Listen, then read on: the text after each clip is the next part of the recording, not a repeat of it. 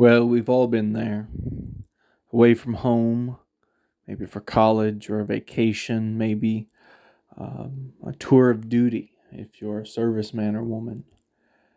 And you'd like to continue training, but there's no dojo in your area.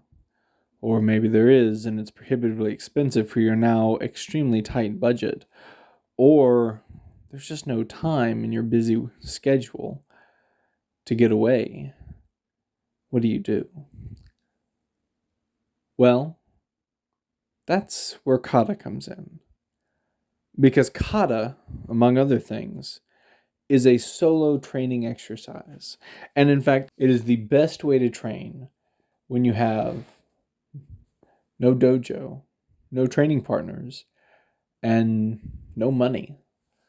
Because if you know a few kata, you can continue to sharpen your skills, to grow as a martial artist, and to learn new techniques or applications of techniques you already knew simply from steady, focused, slow, methodical, repetitive kata training.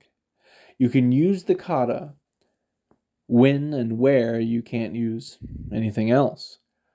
And it's better than shadowboxing. Kata has been, I think, wrongly compared to shadowboxing many times.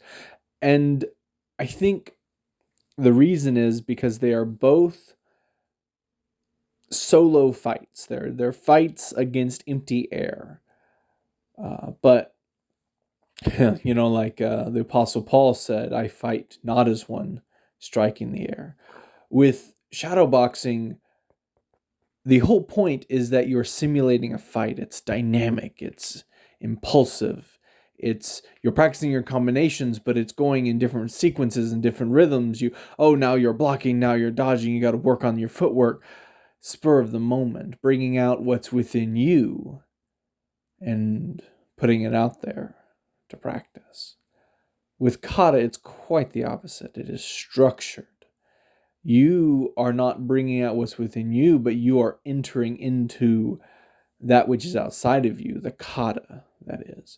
So when you train the kata, when you practice that particular solo drill, you are stepping into it, and it changes you through slow, methodical, intentional training. And so when you do that,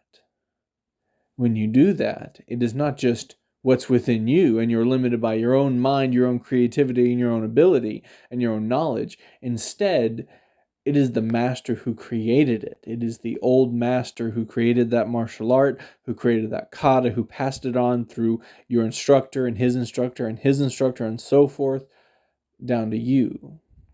The old masters knew what they were doing, and they know what they're doing better than you, better than me.